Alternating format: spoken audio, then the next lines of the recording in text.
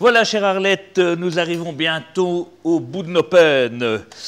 Ce plat est resté un quart d'heure à mijoter au four. Ah bon? Nous allons récupérer le jus de cuisson que nous allons mettre dans ce petit plat.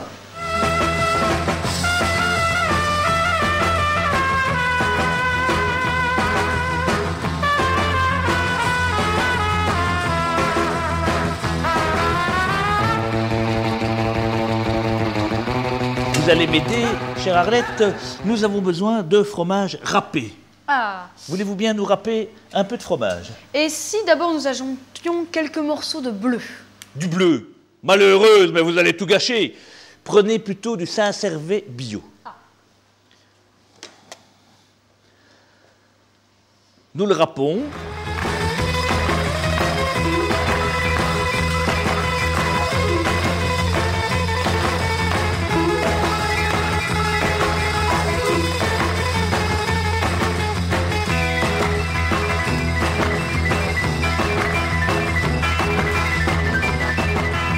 Nous allons maintenant laisser gratiner pendant 10 minutes et le tour sera joué.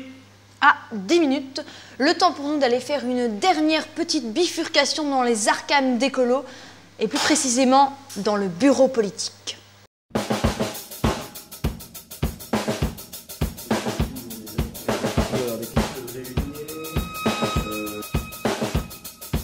Le bureau politique, c'est une instance importante, comme toutes les instances d'écolo, qui se réunit tous les lundis matins.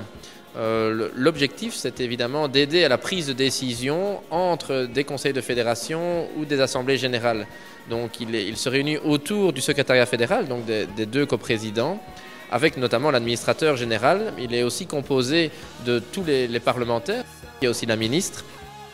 Il y a aussi des membres cooptés, donc comme Jackie Moral, il y a aussi des représentants de certaines communes, donc des communes en majorité et deux représentants des communes qui ne sont pas en majorité. Et puis différents responsables de services qui sont présents aussi au bureau, donc ça fait à peu près entre 30 et 40 personnes tous les lundis matins.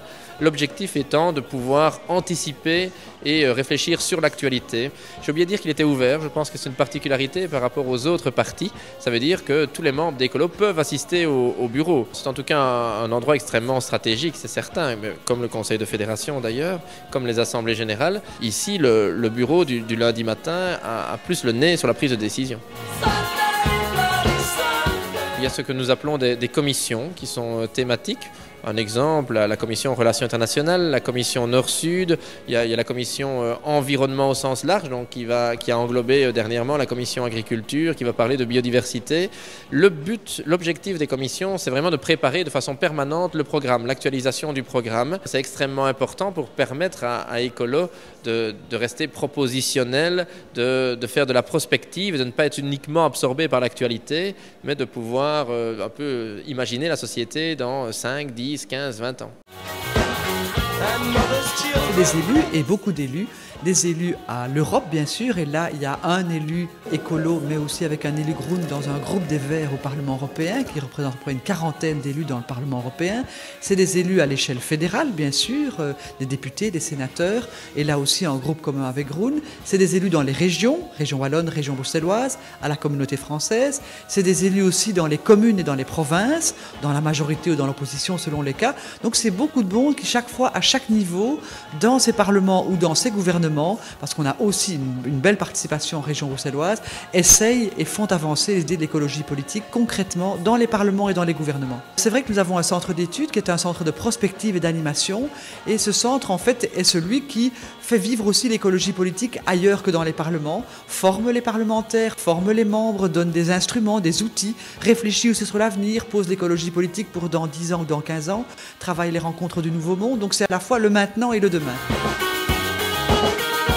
Les rendez-vous incontournables auxquels d'ailleurs on tient beaucoup à Écolo et on a raison, c'est à la fois les rencontres écologiques d'été, ça c'est chaque année à la veille de la rentrée scolaire, le dernier week-end du mois d'août, on se retrouve généralement à Borzé, entre 500 et 800 personnes avec des familles, et où là, pendant 3-4 jours, vraiment on travaille à la fois à se rencontrer, à dialoguer, à mettre en œuvre des ateliers et à permettre à tout le monde dans des circonstances tout à fait agréables de fin de vacances et d'avant-rentrée de découvrir l'écologie politique par un autre bout que par le bout finalement du travail quotidien dans sa commune.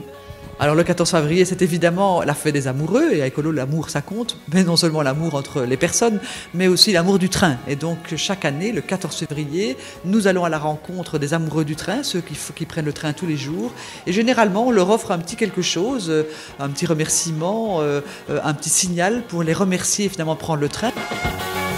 Récemment, on a mis en place deux choses, écologie d'une part et écolo plus d'autre part. Écologie, comme le dit la lettre, ce sont les jeunes, la politique faite, l'écologie faite par les jeunes et pour les jeunes. Et puis c'est écolo plus, un autre groupe, ça c'est plutôt les 55 plus, donc les aînés, ceux qui ont envie d'apporter aussi leur expérience, leur vision du monde et leur vision des choses dans un monde dans lequel la place des aînés est de plus en plus importante. Écolo, c'est tout ça, c'est beaucoup d'ingrédients, c'est des groupes, c'est des élus, c'est des militants, c'est des permanences, c'est de l'étude, c'est du concret, c'est de l'action. Tout ça à la fois, tous ces ingrédients-là forment Écolo, qui est un ensemble tout à fait unique, inédit dans ce pays, vivant, efficace et qui doit continuer à vivre encore longtemps et surtout qui doit bouger, évoluer et je l'espère surtout goûter pour tout.